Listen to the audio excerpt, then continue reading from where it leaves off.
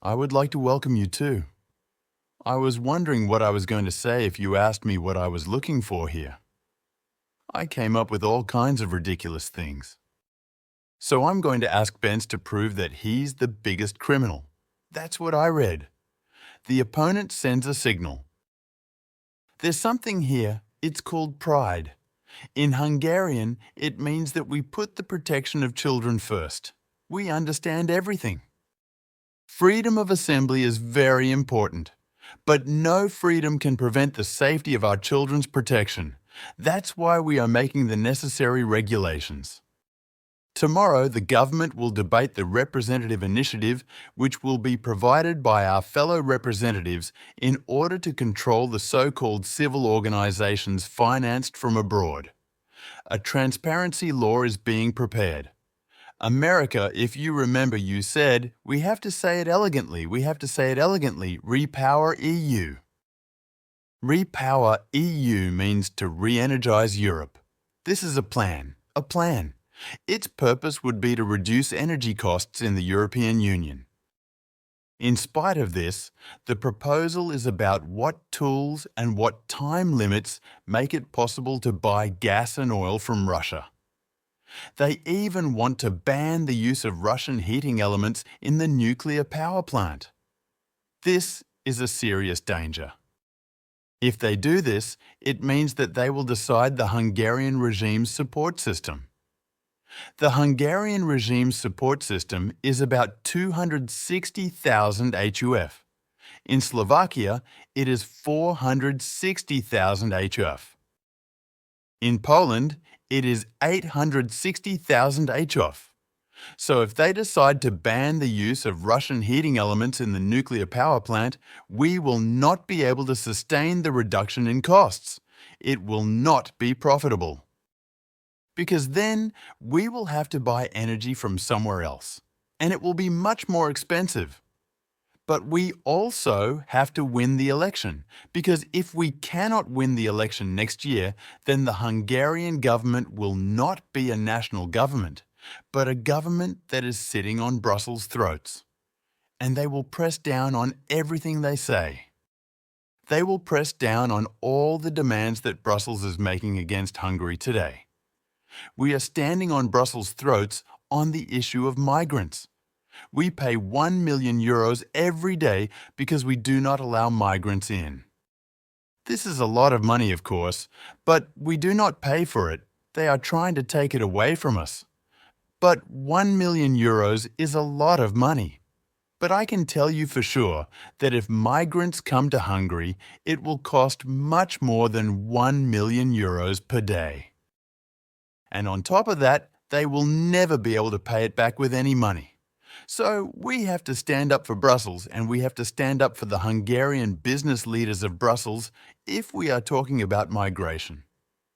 Can he achieve a change in Brussels? I don't think so alone, but there is a good chance that the number of foreign ministers who want a change will slowly grow and who he will most likely lead.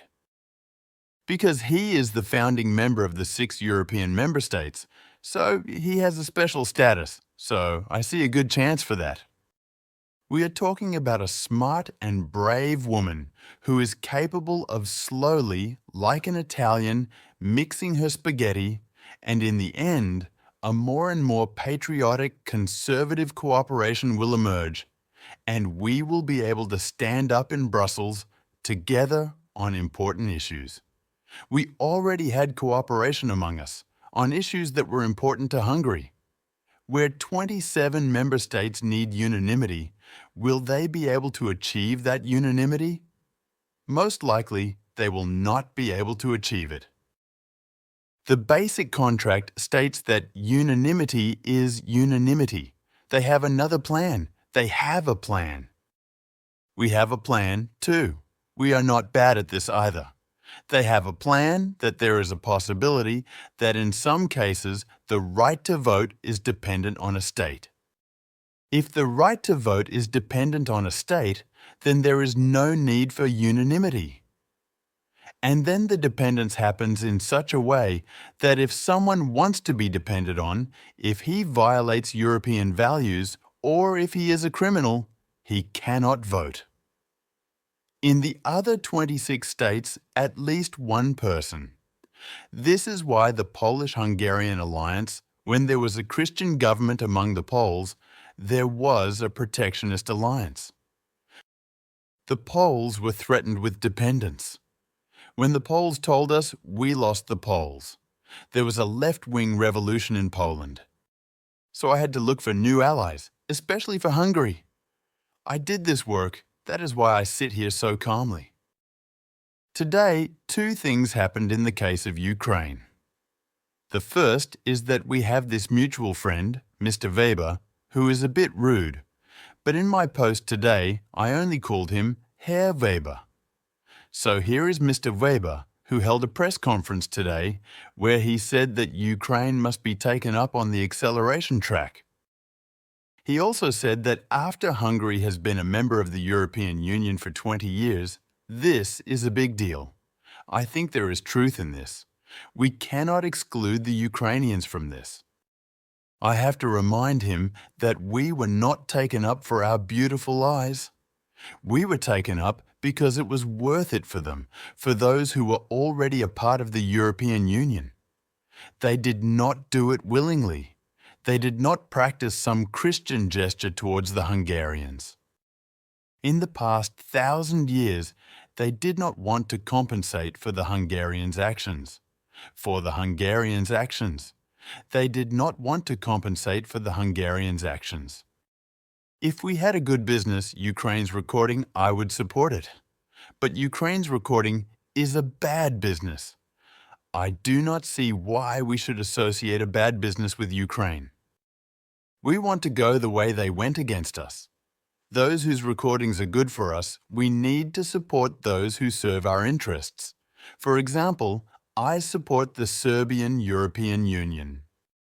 Serbia's participation in the EU is a huge economic advantage for Hungary. On the other hand, Ukraine is not, because Ukraine is going to take Europe into its own hands. And first and foremost, Central European countries. Similarly, the resources needed for the development of Central European countries will go to Ukraine, except for the latter half, because this is a country in a net. I don't want to hurt them. I didn't come here to insult them. But this is a country that cannot stand on its own 2 feet. The West is holding it back. And what the Europeans are doing, whether it is good or bad, can only be determined by what the Americans are doing. To put it simply, I apologize. I don't want to hurt the Americans or you. But the Americans have withdrawn. They said, "Great, this is war. These two cannot be determined in a good way." The Europeans are supporting the war. I wish them all the best. They, for their part, don't give more money here. But before they withdrew, they signed a treaty that takes the Aswan treasures with them. So they said that if Ukraine wants to join the United States, it should have a basic economic and financial interest. And they signed a treaty. We Europeans are standing there, like in a slum. We are looking around. What is this? And we have leaders who want to fight for 40, 50, 60 billion euros and send them to the European Union. So I think that the European Union wants to pay with us the European Union membership. As far as Ukraine is concerned, there are expectations, the expectations of big companies. They say that they are doing well. As the Americans, after all, only with a vague president, took out of the Ukrainians what they think, what the Americans think they are doing. They think that Western European companies will be so strong that they will also take them out, and they will win. And if I am not mistaken, there are Western European countries, especially those that are very far away from Ukraine, who, maybe economically, can also win. For example, those who will pay the money to the European Union. Because they will not pay the money to us here, they will pay it to us there. But I am quite sure that we Central European countries are all doing badly, without exception. We do not have companies that can connect with the Ukrainians, and we do not have companies that can do business with them. So I have to say that behind the Ukrainian position, behind the European position related to Ukraine, serious money is being drawn. There is a political risk, but it can be done legally. Because when they want to say that from Russia, for example, Slovaks and Hungarians cannot buy gas, then it can be achieved in two ways, in two different legal ways. One is that it is a sanction, and the rules that apply to the sanction require that the 27 prime ministers say yes unanimously. There is unanimity here. But it can also be that the prime ministers do not ask the question, but the committee, in its own influence, makes business political decisions. So it does not say that it is a sanction, but it says that you can bring in Russian gas, but only 228% of it. This is dangerous. They started a war in Ukraine against Russia. Russia started a war against Ukraine, which they used to start a war against the Russians, and they lost it. So today, after the Second World War, for the first time, there is a situation where European countries are losing a war. This is called a proxy war. A proxy war is when I do not go there, but I influence the warring parties. The warring parties are fighting instead of me. So if it is not a direct proxy war, then it is a proxy war. They finance it, they train the soldiers, they provide the air targets, they operate the target management system, they collect information from the sky of the Ukrainian Empire. Now I am the Prime Minister, but my expectation is that the Hungarian government should do everything in its power so that Hungary does not get involved in the war, does not step into the war, and does not be able to push us into the war.